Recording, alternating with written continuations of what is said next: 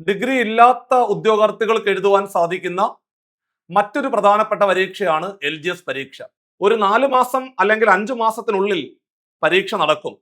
അപ്പൊ നോട്ടിഫിക്കേഷൻ വന്നതിന് ശേഷം പഠിക്കാം എന്ന് വിചാരിച്ചു കഴിഞ്ഞാൽ അതൊരു വലിയ ഒരു മണ്ടൻ തീരുമാനമായിട്ട് മാറുകയും ചെയ്യും. എല്ലാവർക്കും നമസ്കാരം. CC ജനറൽ PSC ചാനലിന്റെ മറ്റൊരു സെഷനിലേക്ക് എല്ലാവർക്കും സ്വാഗതം. അപ്പോൾ ഞാൻ ഇന്ന് നിങ്ങളുടെ മുമ്പിൽ വന്നിരിക്കുന്നത് വളരെ പ്രധാനപ്പെട്ട ഒരു കാര്യം നിങ്ങളെ സൂചിപ്പിക്കുവാൻ വേണ്ടിയിട്ടാണ്. മറ്റൊന്നുമല്ല, നമ്മളെല്ലാവരും കാത്തിരിക്കുന്ന നമ്മുടെ വളരെ പ്രധാനപ്പെട്ട LDC പരീക്ഷ, അതേപോലെ LGS പരീക്ഷയുടെ നോട്ടിഫിക്കേഷൻ എന്നാണ് വരുന്നത്. അതേപോലെ തന്നെ ഈ പരീക്ഷ നിങ്ങൾക്ക് അപേക്ഷിക്കുവാൻ സാധിക്കുമോ, അതായത് പ്രായ പരിധിയിലെ വർധനവ് വരുത്തിയത് നിങ്ങൾക്ക് എത്രത്തോളം ഗുണകരമാകും എന്നതുൾപ്പെടെയുള്ള കംപ്ലീറ്റ് കാര്യങ്ങളാണ് നമ്മൾ ഇന്നത്തെ ക്ലാസ്സിൽ ഡിസ്കസ് ചെയ്യാൻ പോകുന്നത്. അപ്പോൾ പ്രധാനമായിട്ടും ഒരു കാര്യം ശ്രദ്ധിക്കേണ്ടത്, ഈ പ്രായപരിധിയിലെ വർധനവ് വരുത്തി എന്നുള്ളത് ഒരുപാട് ആളുകൾക്ക് ഗുണം ചെയ്യും. ഏകദേശം 10 ലക്ഷത്തോളം ഉദ്യോഗാർത്ഥികളാണ് കഴിഞ്ഞ തവണ ഏജ് ഓവറായി പോയി ആ ഒരു ദൗത്യം ഉപേക്ഷിച്ചുകൊണ്ട് അവര് മാറി നിന്നത്. അവർക്കെല്ലാം പുതുജീവനേകുന്ന ഒരു വളരെ പ്രധാനപ്പെട്ട ഒരു സന്തോഷകരമായിട്ടുള്ള ഒരു വാർത്തയായിരുന്നു നമ്മൾ കഴിഞ്ഞ ദിവസം കേട്ട. അതായത് PSCയിലെ അപേക്ഷിക്കുവാനുള്ള പ്രായപരിധി വർദ്ധിപ്പിച്ചു എന്നുള്ള വളരെ സുന്ദരമായിട്ടുള്ള ഒരു വാർത്ത. ഇതോടുകൂടി നമ്മുടെ കളിക്കളത്തിലേക്ക് അവര് കൂടി വരികയാണ്. 2027 നടക്കാൻ പോകുന്ന വളരെ പ്രധാനപ്പെട്ട പരീക്ഷ LDC പരീക്ഷ, അതേപോലെ LGSന്റെ പരീക്ഷ, പാവപ്പെട്ടവരുടെ IAS എന്നറിയപ്പെടുന്ന വളരെ പ്രധാനപ്പെട്ട ഡിഗ്രി ഉള്ളവർക്ക് എല്ലാവർക്കും എഴുതാൻ സാധിക്കുന്ന, ഏറ്റവും കൂടുതൽ ഉദ്യോഗാർത്ഥികൾ മാറ്റുരയ്ക്കുന്ന, വലിയ പ്രമോഷൻ സാധ്യതകളുള്ള വളരെ പ്രധാനപ്പെട്ട പരീക്ഷയാണ് LDC പരീക്ഷ. തുടർന്ന് ഡിഗ്രി ഇല്ലാത്ത ഉദ്യോഗാർത്ഥികൾക്ക് എഴുതുവാൻ സാധിക്കുന്ന മറ്റൊരു പ്രധാനപ്പെട്ട പരീക്ഷയാണ് LGS പരീക്ഷ. കേരള PSC നടത്തുന്ന വിവിധ മത്സര പരീക്ഷകളിലെ ഏറ്റവും ഗ്ലാമറസ് ആയിട്ടുള്ള 2 പരീക്ഷകൾ LDCയും LGSുമാണ്. ഈ 2 പരീക്ഷകളും 2027 നടക്കുവാൻ പോകുന്നു. 2026 അവസാനം, അതായത് കുറച്ച് മാസങ്ങൾക്കുള്ളിൽ നമ്മുടെ മുമ്പിലേക്ക് നോട്ടിഫിക്കേഷൻ വരും. നോട്ടിഫിക്കേഷൻ വന്നതിന് ശേഷം ഒരു 4 മാസം അല്ലെങ്കിൽ 5 മാസത്തിനുള്ളിൽ പരീക്ഷ നടക്കും. അപ്പൊ നോട്ടിഫിക്കേഷൻ വന്നതിന് ശേഷം പഠിക്കാം എന്ന് വിചാരിച്ചു കഴിഞ്ഞാൽ അതൊരു വലിയ ഒരു മണ്ടൻ തീരുമാനമായിട്ട് മാറുകയും ചെയ്യും. കാരണം നിങ്ങൾക്കറിയാം, ഒറ്റ പരീക്ഷ മാത്രമാണുള്ളത്. പ്രിലിംസ് മെയിൻസ് എന്ന് പറയുന്ന രീതിയിലുള്ള ഒരു ഇതില്ല, ഒരൊറ്റ പരീക്ഷ മാത്രമേ ഉള്ളൂ നമുക്ക്. അപ്പൊ നമ്മൾ ഞാൻ ഈ പറയാൻ പോകുന്ന ഏജ് ലിമിറ്റിനകത്താണ് നിങ്ങൾ നിൽക്കുന്നതെങ്കിൽ തീർച്ചയായിട്ടും ഇന്ന് മുതൽ പഠനം തുടങ്ങണം. നിങ്ങളുടെ ഏജ് ലിമിറ്റ് എന്ന് പറയുന്നത്, നോക്കിക്കോണേ, നിങ്ങളൊരു ജനറൽ കാറ്റഗറിയിൽപ്പെട്ട ഉദ്യോഗാർത്ഥിയാണെന്ന് കരുതുക. നിങ്ങൾക്ക് റിസർവേഷൻ ഒന്നുമില്ല. അങ്ങനെയാണെങ്കിൽ 2/1/1986 മുതൽ 1/1/2008 വരെ ഈ 2 ഡേറ്റുകൾക്കുള്ളിൽ ജനിച്ച ഉദ്യോഗാർത്ഥിയാണെങ്കിൽ തീർച്ചയായിട്ടും നിങ്ങൾക്ക് LDC പരീക്ഷ എഴുതുവാൻ സാധിക്കും. ഇപ്പോഴേ പഠനം തുടങ്ങേണ്ടതുണ്ട്. കാരണം വലിയൊരു സിലബസ് ആണ്, വലിയ കോമ്പറ്റീഷൻ ആണ്. അപ്പൊ നമ്മൾ അന്നേരം പഠനം തുടങ്ങിയാൽ ഈ പറഞ്ഞ സിലബസിന് പൂർത്തീകരിച്ചുകൊണ്ട് റിവിഷനിലേക്ക് കടക്കുവാൻ സാധിക്കത്തില്ല. അപ്പോൾ ഇപ്പോഴേ പഠനം തുടങ്ങേണ്ടതാണ്. നിങ്ങളൊരു OBC കാൻഡിഡേറ്റ് ആണെന്ന് കരുതുക. അതായത് മുസ്ലിം കമ്മ്യൂണിറ്റിയിൽപ്പെട്ട ഉദ്യോഗാർത്ഥിയോ അല്ലെങ്കിൽ ഈഴവ, തീയ, ബില്ലവ എന്ന് പറയുന്ന ഇത്തരം റിസർവേഷൻ നിങ്ങൾക്ക് ഉണ്ടെങ്കിൽ 2/1/1983 മുതൽ 1/1/2008 വരെ ഈ 2 ഡേറ്റുകൾ ഉൾപ്പെടെ ആ ഡേറ്റിനകത്താണ് നിങ്ങൾ ജനിച്ചതെങ്കിൽ അടുത്ത LDC LGS പരീക്ഷകൾക്ക് നിങ്ങൾക്ക് വീണ്ടും തയ്യാറെടുക്കാവുന്നതാണ്. നിങ്ങളൊരു SC ST കാറ്റഗറിയിൽപ്പെട്ട ഉദ്യോഗാർത്ഥിയാണെന്ന് കരുതുക. അതല്ലെന്നുണ്ടെങ്കിൽ നിങ്ങൾ SC STയിൽ നിന്നും കൺവേർട്ടഡ് ആയിട്ട് മറ്റു മതങ്ങളിലേക്ക് പോയ ഉദ്യോഗാർത്ഥികളായിക്കോട്ടെ, നിങ്ങളുടെ ഡേറ്റ് ഓഫ് ബർത്ത് 2/1/1981 മുതൽ 1/1/2008 വരെ, ഈ രണ്ട് ഡേറ്റുകൾ ഉൾപ്പെടെ ആ ഒരു ഡേറ്റിനകത്താണ് നിങ്ങൾ ജനിച്ചതെങ്കിൽ എടാ മക്കളെ, നിങ്ങൾക്ക് അടുത്ത LDC LGS പരീക്ഷകൾക്ക് വീണ്ടും വാശിയോടുകൂടി തയ്യാറെടുക്കാവുന്നതാണ്. അപ്പോൾ നിങ്ങളെ ഈ വളരെ പ്രധാനപ്പെട്ട കാര്യം സൂചിപ്പിക്കുവാനും കൂടിയിട്ടാണ് വന്നത്. അപ്പോൾ 36 കഴിഞ്ഞു പോയി, ഇനി എനിക്ക് PSC പഠനം നടക്കത്തില്ല, PSC വഴി എനിക്ക് ഒരു ജോലിയിലേക്ക് എത്തുവാൻ സാധിക്കത്തില്ല എന്ന് പറഞ്ഞുകൊണ്ട് ആ സ്വപ്നം പാതി വഴിയിൽ ഉപേക്ഷിച്ച ആളുകള്, നിങ്ങൾക്കുള്ള വലിയൊരു അവസരമാണ് പുതിയ പ്രായപരിധിയിലെ വർധനമെന്ന് പറയുന്നത്. നമുക്ക് എല്ലായ്പ്പോഴും അവസരങ്ങൾ കിട്ടാറില്ല.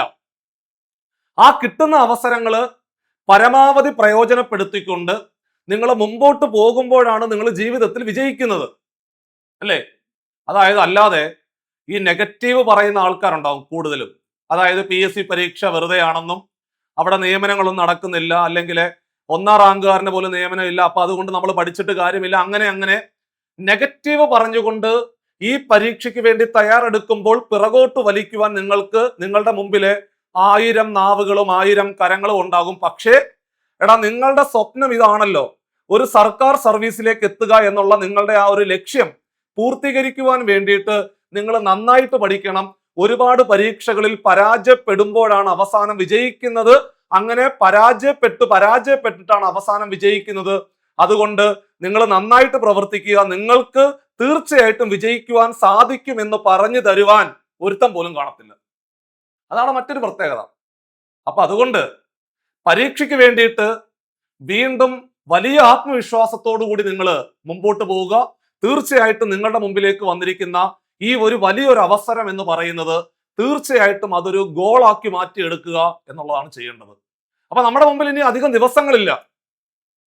നോട്ടിഫിക്കേഷൻ വന്നതിന് ശേഷം പഠനം തുടങ്ങാം എന്നുള്ളതല്ല. നിങ്ങളൊരു നല്ല ഒരു ഉദ്യോഗാർത്ഥിയാണ്, ഒരു സർക്കാർ സർവീസിലേക്ക് എത്തണം എന്ന് ആഗ്രഹിക്കുന്നു. അങ്ങനെയാണെങ്കിൽ ഇപ്പോൾ നമുക്ക് നാളെ എന്ന് പറയുന്ന ഒരു സാധനം ഇല്ല. നാളെ എന്ന് പറയുന്ന ഒരു വാക്ക് നിങ്ങൾ എപ്പോഴാണോ ഡിക്ഷണറിയിൽ നിന്ന് കട്ട് ചെയ്ത് കളയുന്നത്, അപ്പോൾ നിങ്ങൾ വിജയത്തിലേക്കുള്ള ചവിട്ടുപടികൾ ചവിട്ടി മുമ്പോട്ട് പോയിക്കൊണ്ടിരിക്കുക. നമ്മൾ ഒരിക്കലും നാളത്തേക്ക് മാറ്റി വെക്കരുത്. ആൾക്കാർ പലതും പറയും. ഈ ഒരു മത്സര പരീക്ഷ പ്രിപ്പറേഷന് വേണ്ടി തയ്യാറെടുക്കുന്ന ഉദ്യോഗാർത്ഥികൾക്കാണ് ഏറ്റവും കൂടുതൽ ഫോഴ്സ്, അതായത് സമൂഹത്തിൽ നിന്നും വീട്ടുകാരുടെ ഇടയിൽ നിന്നും എല്ലാവരുടെയും നിന്നും ഒരു പ്രഷർ ഉണ്ടാവും. ആ പ്രഷറുകൾ തരണം ചെയ്തു പോകുന്ന ഉദ്യോഗാർത്ഥികളാണ് അവസാനം വിജയിക്കുന്നത്. അവരാണ് നിങ്ങൾ ഇന്ന് കാണുന്ന ഗ്രാമപഞ്ചായത്തുകളിലാണെങ്കിലും വില്ലേജ് ഓഫീസുകളിലാണെങ്കിലും അല്ലെങ്കിൽ സർക്കാർ ഓഫീസുകളിലെ ഇന്ന് കാണുന്ന ആൾക്കാരെന്ന് പറയുന്നത് അവരൊക്കെ തന്നെയാണ്. അപ്പൊ അതുകൊണ്ട് വലിയ പ്രതീക്ഷയോടുകൂടി മുമ്പോട്ട് പോകുമ്പോഴാണ് നമുക്ക് പ്രവർത്തിക്കാനുള്ള ഊർജം കിട്ടുന്നത്. നമ്മുടെ പ്രതിസന്ധികൾ തന്നെയാണ് നമ്മളെ മുമ്പോട്ട് നയിക്കേണ്ടത്. ഒരുപാട് പ്രതിസന്ധികൾ ഉള്ളവർക്ക് മാത്രമേ വിജയിക്കുവാൻ സാധിക്കത്തുള്ളൂ. അപ്പൊ അതുകൊണ്ട് ഞാൻ ഈ പറഞ്ഞ ഏജ് ലിമിറ്റിനകത്താണ് നിങ്ങൾ നിൽക്കുന്നതെങ്കിൽ തീർച്ചയായിട്ടും 2026 അവസാനത്തോടു കൂടി നമ്മുടെ മുമ്പിൽ വരാൻ പോകുന്ന വളരെ പ്രധാനപ്പെട്ട കേരള PSCയുടെ ഗ്ലാമറസ് ആയിട്ടുള്ള 2 പരീക്ഷകൾ, LDC LGS, ഈ 2 പരീക്ഷകൾക്ക് നിങ്ങൾക്ക് ഒരുമിച്ച് തയ്യാറെടുക്കാവുന്നതാണ്. LDC പരീക്ഷയ്ക്ക് തയ്യാറെടുക്കുന്ന ഉദ്യോഗാർത്ഥികൾക്ക് LGS പരീക്ഷ കൂടി ക്രാക്ക് ചെയ്യാൻ സാധിക്കും. കാരണം LDCയുടെ സിലബസും LGSും കൂടെ കമ്പയർ ചെയ്യുന്ന സമയത്ത് LDC സിലബസ് കേന്ദ്രീകരിച്ചുകൊണ്ട് പഠിക്കുന്ന ഉദ്യോഗാർത്ഥി LGSിലേക്ക് നോക്കുമ്പോൾ അവന് GKയും മാത്സും മാത്രമേ ഉള്ളൂ. അത് നമ്മൾ ഓൾറെഡി അവിടെ LDയിലെ കവർ ചെയ്ത് പോകുന്നുണ്ട്. അപ്പൊ അതുകൊണ്ട് നാളെ എന്ന് പറയുന്ന വാക്കിനെ പൂർണ്ണമായിട്ട് ഉപേക്ഷിച്ചുകൊണ്ട് ഇപ്പോൾ തന്നെ തുടങ്ങുക എന്നുള്ളതാണ് ചെയ്യേണ്ടത്. പരാജയങ്ങളിൽ നിന്നുകൊണ്ട് തന്നെയാണ് മനുഷ്യൻ അവസാനം വിജയത്തിലേക്ക് എത്തുന്നത്. അല്ലാതെ ആദ്യ പരീക്ഷ എഴുതി വിജയിക്കാനോ അല്ലെങ്കിൽ രണ്ടാമത്തെ പരീക്ഷ എഴുതി വിജയിക്കാനോ ഒന്നും നമ്മൾ റോബോട്ടുകളല്ല. നമ്മൾ പഠിച്ചത് ചിലപ്പോൾ ഒരുപക്ഷെ നമ്മുടെ എഡ്യൂക്കേഷൻ ക്വാളിഫിക്കേഷൻ വലുതായിരിക്കും. പക്ഷെ ഒരു മത്സര പരീക്ഷയിലെ വിജയിക്കുക എന്ന് പറയുന്നത് ഇത്തരത്തിലെ നമ്മൾ ട്രാക്ക് മാറിയിട്ട് അതിൻ്റെതായ രീതിയിൽ മൂവ് ചെയ്യുമ്പോഴാണ് നമുക്ക് വിജയിക്കുവാൻ സാധിക്കുന്നത്. അപ്പൊ അതുകൊണ്ട് അടുത്ത LDC LGS പരീക്ഷകൾക്ക് നിങ്ങൾ ഉറപ്പായിട്ടും തയ്യാറെടുക്കണം എന്നുള്ള വളരെ പ്രധാനപ്പെട്ട ഒരു സജഷൻ തരുവാൻ വേണ്ടിയാണ് ഞാൻ നിങ്ങളുടെ മുമ്പിൽ വന്നത്. ഇനി നിങ്ങൾ ആ പരീക്ഷയുടെ പ്രിപ്പറേഷനുമായിട്ട് ബന്ധപ്പെട്ടുകൊണ്ട് പോകുമ്പോൾ ഒരുപക്ഷെ നിങ്ങൾ ടച്ച് വിട്ടു പോയിട്ടുണ്ടാകാം, അല്ലെങ്കിൽ കഴിഞ്ഞ പരീക്ഷയ്ക്ക് ചെറിയ മാർക്കിനായിരിക്കും പരാജയം ഏറ്റുവാങ്ങിയത്, അല്ലെങ്കിൽ നിങ്ങൾ കഴിഞ്ഞ LDC പരീക്ഷ എഴുതിയപ്പോൾ നിങ്ങൾക്ക് 40 മാർക്ക് കിട്ടി, അല്ലെങ്കിൽ 30 മാർക്ക് കിട്ടി, അല്ലെങ്കിൽ 50 മാർക്ക് കിട്ടി, അല്ലെങ്കിൽ 60 മാർക്ക് കിട്ടി എന്ന് കരുതുക. നിങ്ങൾ ആ കട്ട് ഓഫ് ഒന്ന് നോക്കിക്കേ. ആ കട്ട് ഓഫ് നിങ്ങളുടെ മാർക്കും തമ്മിൽ ഉള്ള ഗ്യാപ്പ് എത്രയാണെന്ന് നിങ്ങൾ തന്നെ സ്വയം വിശകലനം ചെയ്യുക. എവിടെയാണ് നിങ്ങൾക്ക് പിഴവുകൾ സംഭവിച്ചത്? ആ പിഴവുകൾ അടുത്ത LDC പരീക്ഷയ്ക്ക് ഉണ്ടാകുവാൻ പാടില്ല. അതിനു വേണ്ടിയിട്ടാണ് നിങ്ങൾ ഇപ്പോഴേ പഠനം തുടങ്ങണം എന്ന് ഞാൻ പറഞ്ഞതിന്റെ പ്രധാനപ്പെട്ട കാരണം. സോ അതിന് നിങ്ങളെ സഹായിക്കുവാൻ വേണ്ടിയിട്ട് CCയിലെ ഏറ്റവും പുതിയ LDC ബാച്ചുകൾക്ക് നമ്മൾ തുടക്കം കുറിക്കുകയാണ്. ആ തുടക്കം കുറിക്കുന്ന ബാച്ചുകളുടെ ഏറ്റവും വലിയൊരു പ്രത്യേകത എന്ന് പറയുന്നത് 2027 നടക്കാൻ പോകുന്ന LDC പരീക്ഷയെ മുമ്പിൽ നിന്നുകൊണ്ട് പ്രായപരിധി ഉയർത്തിയ സ്ഥിതിക്ക് ഒരു കൂട്ടം ഉദ്യോഗാർത്ഥികൾ കൂടി അവര് പഠിച്ചുപോയ ഭാഗത്ത് നിന്നും വീണ്ടും തിരിച്ച് ആ പോയിന്റിലേക്ക് തിരിച്ചു വരികയാണ്. അവരെ കൂടി സഹായിക്കുവാൻ വേണ്ടിയിട്ടാണ് ഏറ്റവും പുതിയ ബാച്ചുകൾ. കൃത്യമായിട്ട് ഒരു മെന്റർ നിങ്ങളെ നിന്ന് നയിച്ചുകൊണ്ട് ആ ഒരു ദൗത്യത്തിലേക്ക് തീർച്ചയായിട്ടും എത്തിക്കുക തന്നെ ചെയ്യും. ഒരു മെന്റർഷിപ്പ് എന്ന് പറയുമ്പോൾ നിങ്ങൾ പ്രതീക്ഷിക്കുന്ന പോലെയല്ല.